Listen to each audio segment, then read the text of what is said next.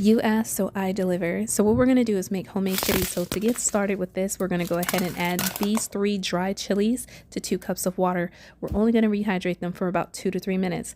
You're going to also cut up 1 russet potato on the side and place this off to the side. We'll bring that back later. Once you've rehydrated your chilies, you're going to place them in a blender. You're also going to be adding 2 tablespoons of minced garlic, 2 bay leaves, and then also these seasonings right here that you see on the screen. We're also going to be adding a little bit of the water that we rehydrated the chilies with and 1/4 cup of distilled vinegar.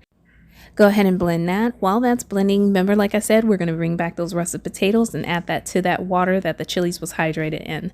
Once you're done blending that mixture, now you can add that to your choice of meat. I have 1 pound of ground beef here, and I'm adding that seasoning. You can go ahead and let this marinate for about 10 to 15 minutes. Once it's done marinating, you're just going to go ahead and cook it just like normal and just like regular.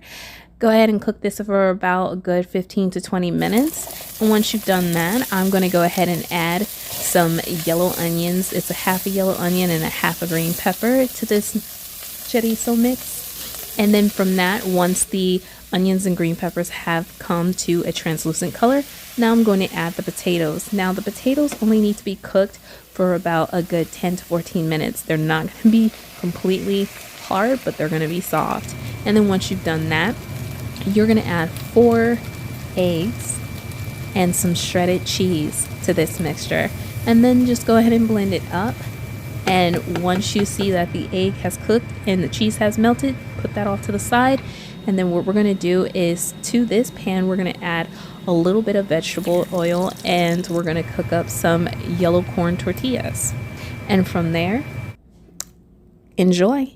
And make sure you guys like, follow, and share. Thanks.